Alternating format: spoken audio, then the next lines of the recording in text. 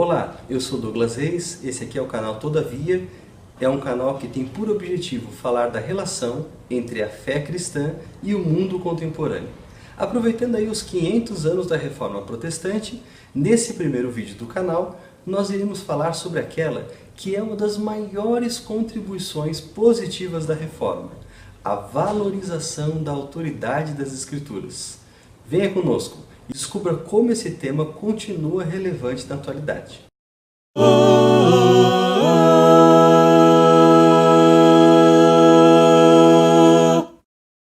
Quando Martinho Lutero, no dia 31 de outubro do ano de 1517, aficionou na igreja de Wittenberg as suas 95 teses, ele estava indo contra as indulgências. Indulgência era um documento que a pessoa recebia, mediante pagamento, que lhe conferia o perdão dos pecados do passado, os pecados que ela viesse a cometer, ou mesmo que funcionava por procuração. Eu poderia comprar indulgências para conseguir o perdão para alguém da minha família que já tivesse morrido, por exemplo. Toda essa prática que estava envolvida em comércio religioso foi bastante criticada por Lutero e por alguns dos seus colaboradores, mas o grande foco é que a partir daí se deflagrou uma guerra. Afinal de contas, quem tinha a razão nessa história toda? O que valia mais para reger o comportamento do cristão? A autoridade da igreja ou a autoridade das escrituras? Lutero dizia que mesmo a venda das indulgências sendo sancionada pela igreja estava contra as escrituras, que eram a autoridade maior. Os debates que se seguiram, culminando, por exemplo, no debate de Lutero contra John Eck em Leipzig, só demonstram que haviam dois polos que pensavam de formas completamente diferentes e que dificilmente chegariam a um acordo. Outros reformadores, como por exemplo Zwinglio na Suíça, ou anos mais tarde Calvino, também na Suíça, em Genebra, continuaram batendo nessa mesma tecla. O que tem autoridade sobre as crenças, o comportamento e a conduta do cristão, sem dúvida alguma, são as Escrituras Sagradas. É claro que os reformadores, apesar de toda essa insistência e de uma mensagem solidamente focada em defender a palavra de Deus, não ficaram por completo livres da tradição cristã. Os especialistas costumam dizer que haviam alguns tipos de tradição. A tradição 1 dos pais da igreja, os primeiros líderes cristãos, logo nos primeiros séculos. A tradição 2, que se formou posteriormente e que consistia justamente o corpo da igreja católica. E a ausência de tradição. Os reformadores magistrais, aqueles que ocupavam o primeiro patamar, se colocaram contra a tradição 2, ou seja, contra a base que formava o pensamento doutrinário da Igreja Católica, mas não contra a tradição 1, porque eles continuam tendo alguns dos mesmos pressupostos e citando autores que correspondiam àquele período. Mas no mesmo século XVI também surge a reforma radical, os anabatistas.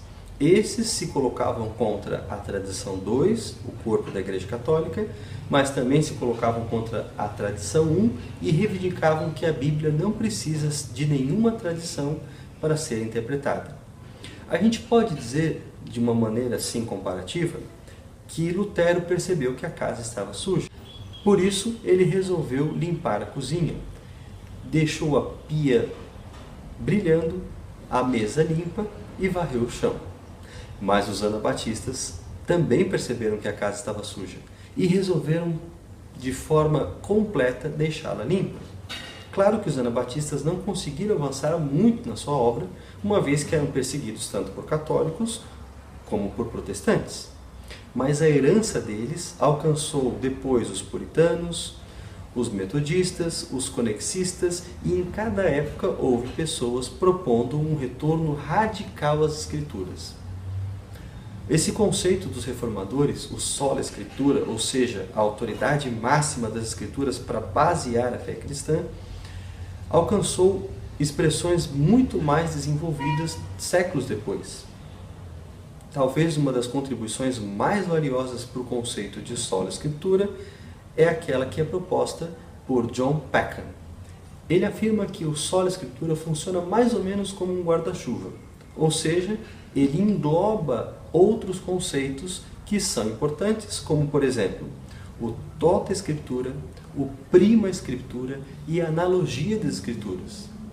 Por tota escritura, John Packer está falando a respeito da crença de que todos os livros bíblicos têm o mesmo valor. 2 Timóteo 3,16 diz que toda a escritura é inspirada por Deus. Então, todos os livros da Bíblia, em questão de autoridade, têm o mesmo peso. O princípio da prima escritura estabelece que a palavra de Deus, a Bíblia, é o livro que tem autoridade acima de qualquer outro canal que Deus tenha usado para se revelar. Por exemplo, sobre a revelação de Deus na natureza, sobre a revelação de Deus por meio de outros profetas não canônicos, enfim, as Escrituras têm a prioridade. E por último, a analogia das Escrituras estabelece que a Bíblia, ela me ajuda a interpretá-la. Ela fornece os pressupostos necessários e quando eu quero compreender um assunto, eu não devo só ler aquilo que um autor escreveu, mas comparar o que diversos autores bíblicos falam a respeito dos mesmos temas. Isso vai trazer uma abrangência maior sobre o tema e me levar a uma compreensão mais satisfatória. A Bíblia ela vai se autoexplicando. Então os três conceitos estão interrelacionados e englobados pelo princípio do Sola Escritura.